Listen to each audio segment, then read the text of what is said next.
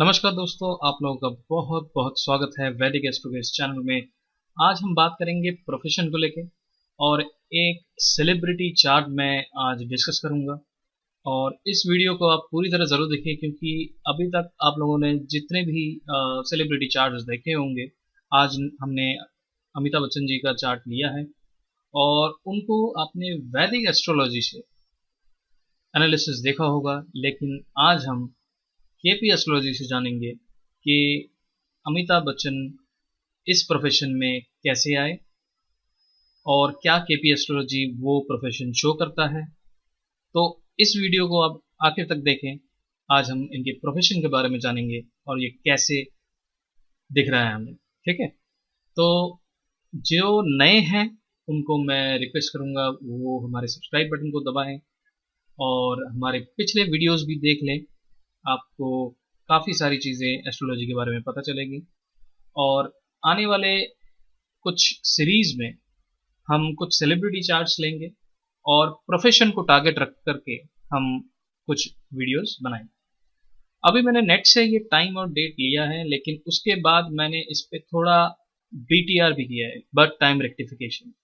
So as per KP Astrology, I have done a birth time rectification on this chart. मेरे को net पे जो time मिला था वो 4 PM का था, तो आफ्टर BTR मुझे 3:30 PM इसमें यूज़ करना है और मैंने ये चार्ट बना लिया है। तो आइए चलिए इस चार्ट को देखते हैं और हम इसमें पहले मैं KP एस्ट्रोलॉजी के बारे में थोड़ा बहुत आपको बता देता हूँ कि इसमें हम प्रिडिक्शन करते कैसे हैं और क्यों इसमें प्रिडिक्शन एक्यूरेट आता है।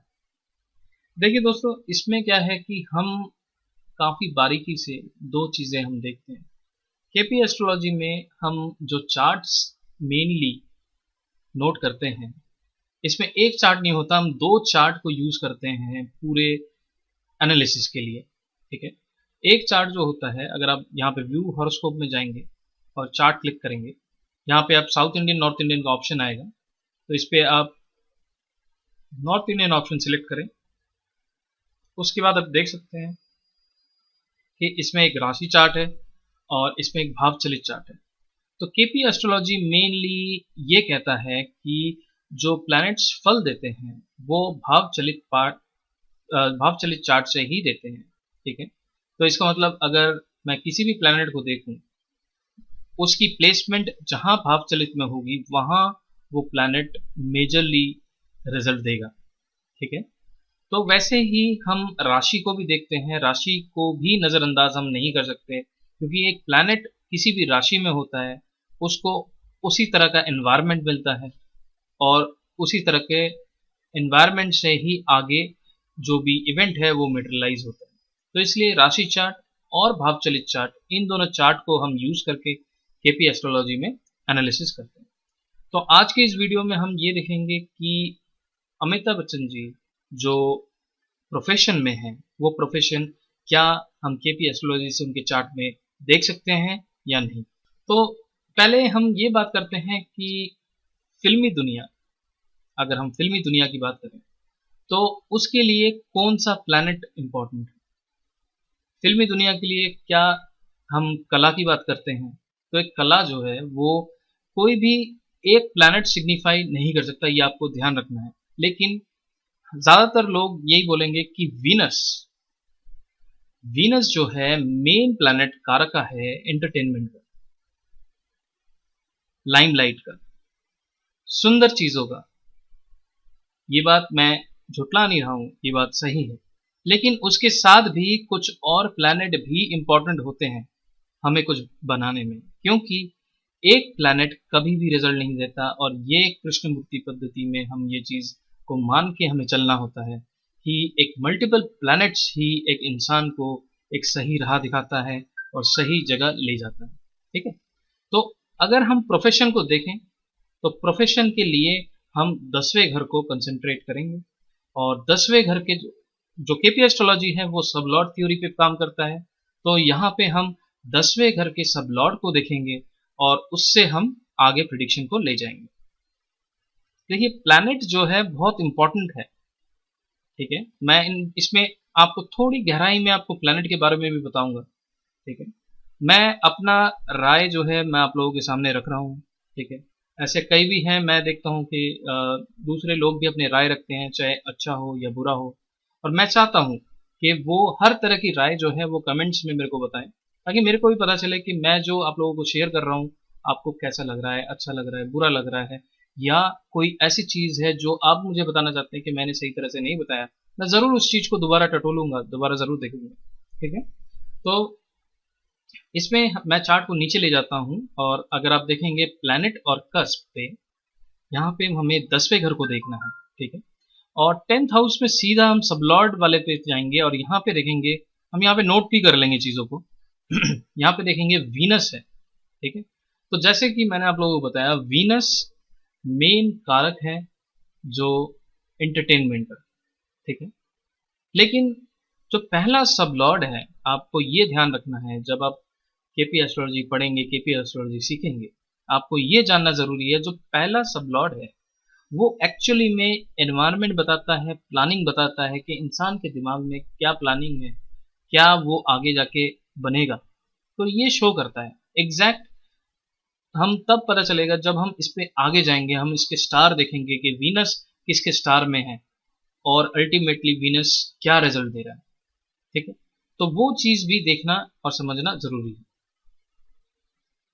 तो चलिए हम देख रहे हैं कि वीनस जो है मेन कारका है जो एंटरटेनमेंट का है।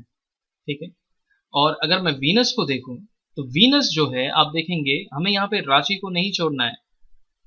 हम कई बार केपी एस्ट्रोलॉजी में हम सीधा स्टार को देखते हैं, और फिर स्टार, फिर प्लैनेट के जो सबलॉर्ड होता है सबलॉर्ड के सबलॉर्ड को देखते हैं और आगे चले जाते हैं।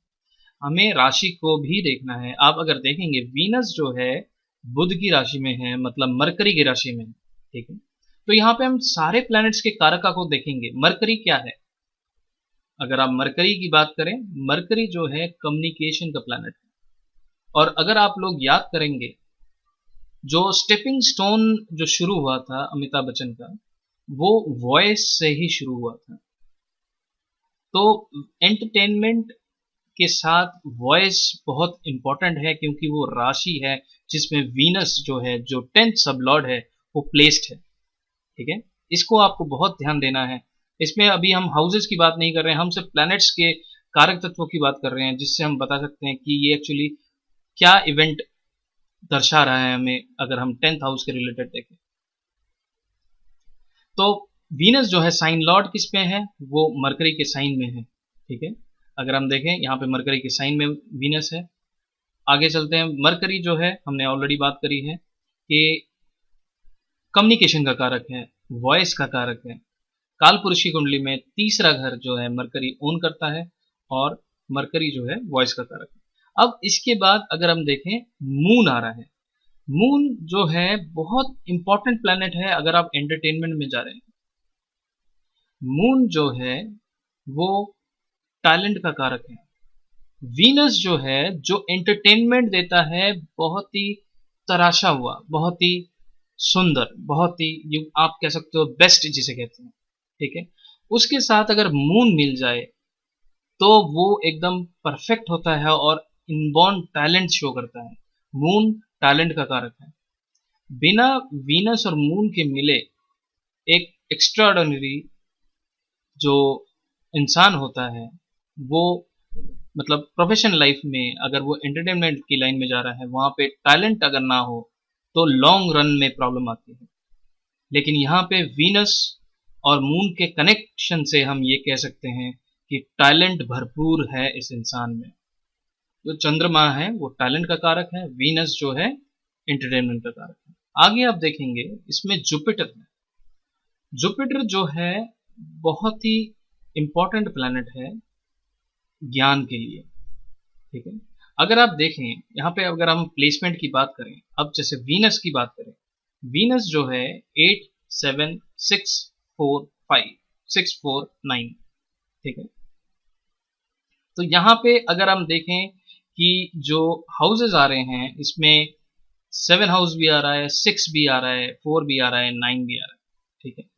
तो यहाँ पे मिक्स हाउसेज आ रहे हैं। लेकिन अगर हम एंटरटेनमेंट की बात करें, तो एंटरटेनमेंट के लिए हमें कौन सा हाउस ज़्यादा इंपॉर्टेंट चाहिए?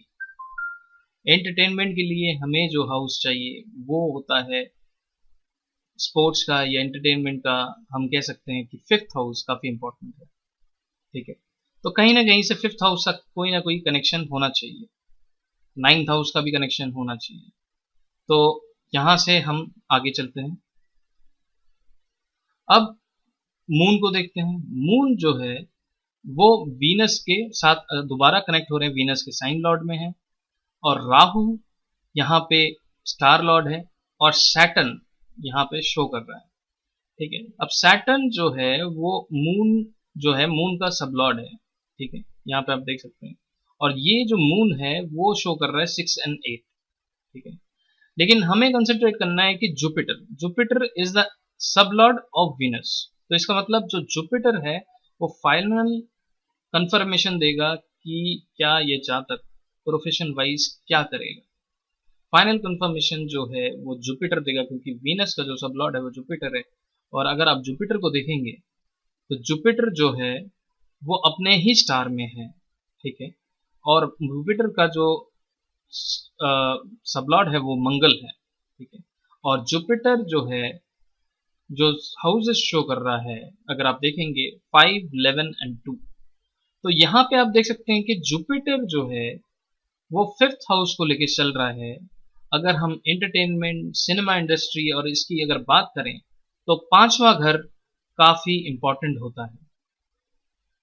ठीक है, तो ये आप देख सकते हैं कि जुपिटर एक्चुअली में जो रिजल्ट है वो फाइनल ठप्पा लगा रहा है पांचवें घर को लेके। तो इसमें हम कह सकते हैं जो प्रोफेशन है वो फिफ्थ हाउस मतलब एंटरटेनमेंट का है, वीनस है, मून है, तो एंटरटेनमेंट से रिलेटेड टैलेंट भी है। ठीक है, और जहां पे मून सैटर्न से भी कनेक्टेड है तो इसका मतलब राहु से भी कनेक्टेड है, तो इसका मतलब लाइफ में काफी अप डाउन आएंगे, क्योंकि देख सकते हैं इसके 10वें घर के कारण यहाँ पे 8वां घर आ रहा है। तो इसका मतलब 8वां घर जो है वो मुसीबत का है, वो परेशानियों का है। तो इसका मतलब लाइफ में जब प्रोफेशन रहेगा उसमें अप डाउन्स काफी रहेंगे। तो वो चीज भी आप देख सकते हैं कि इनके लाइफ में अप डाउन भी रहे हैं। ऐसा नहीं है कि इन्होंने चीजें इजीली अचीव करी है, अपने मेहनत से इन्होंने चीजें अचीव करी हैं। आज जिस बुलंदियों पे इन्होंने पहुंचे हैं तो पूरी और पूरी अपनी मेहनत से पहुंचे हैं। तो वो चीज आप शो कर सकते हैं पूरी तरह, यहाँ पे देख सकते हैं जो वीनस है इनिशियली जो प्लानिंग है वो हम देख सकते हैं कि वो एंटरटेनमेंट इंडस्ट्री है। उसके बाद जुपिटर जो है उसको सबलॉर्ड है, वो कंफर्मेशन दे रहा है कि पांचवें घर को देके कि क्या वो एंटरटेनमेंट रिलेटेड काम करेंगे, तो वहां पे पांचवें घर पे वो कंफर्मेशन दे रहा है। और अगर हम भाव चलित चार्ट में देखें, जो पांचवा घर है जुपिटर पांचवें घर में बैठे हैं, और पांचवा घर अगेन मरकरी का है। ठीक है, तो यहाँ पे आप देखें थर्ड हाउस, जैसे मैंने आपको बताया जो कालपुरुष की कुंडली में तीसरा घर जो होता है कम्युनिकेशन का होता है। तो इससे आप देख सकते हैं कि वो 10वां घर जो होता है वो स्टैंप होता है। आप समझ रहे, मतलब दुनिया आपको किससे जानेगी। और ये आप देख सकते हैं कि अमिताभ बच्चन की आवाज से दुनिया इनको पहले जानती है, और कोई भी अमिताभ बच्चन की आवाज भूल नहीं सकता। तो आप चीज देख सकते हैं कि कृष्णमूर्ति पद्धति से हम ये चीज कैसे देख सकते हैं कि एक इंसान का प्रोफेशन कैसे और क्या हो सकता है। तो इसमें 10th सबलॉर्ड जो है वो इंपॉर्टेंट है, और 10th सबलॉर्ड के साथ उसके स्टार और उसके सबलॉर्ड जो है वो इंपॉर्टेंट है, जिससे हम देख के ये बता सकते हैं कि उनका प्रोफेशन क्या होगा। तो चलिए, इस चार्ट में तो हमने ये देख लिया कि 10वें घर के कारण वीनस आया है। ठीक है, और वीनस जो है वो आप देख सकते हैं 6 है, 4 है, 9 है, और 7 है, और 8 है। ठीक है, तो छठा घर ये भी कहता है कि अंडर आपको काम करना है, किसी के अंडर आपको काम करना है, सर्विस देनी है।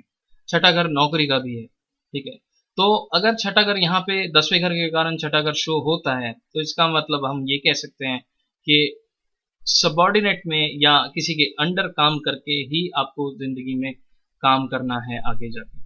ठीक है, लेकिन यहाँ पे आप देखें कि वीनस जो है 7वें घर को भी लेके चल रहा है, तो इसका मतलब हम ये भी कह सकते हैं कि लाइफ में कभी ना कभी जब दशाएं आएंगी ये अपना बिजनेस भी करेंगे।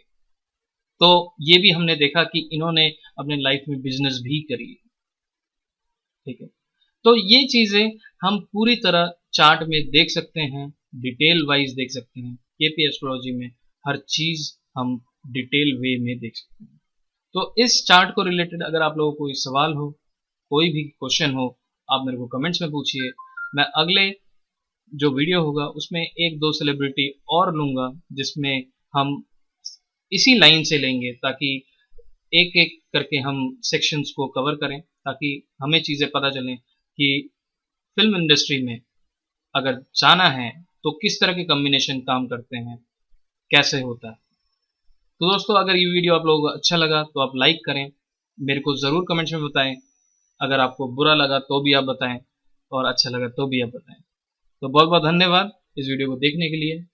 वैदिक एस्ट्रो की तरफ से आज्ञा लेता हूँ।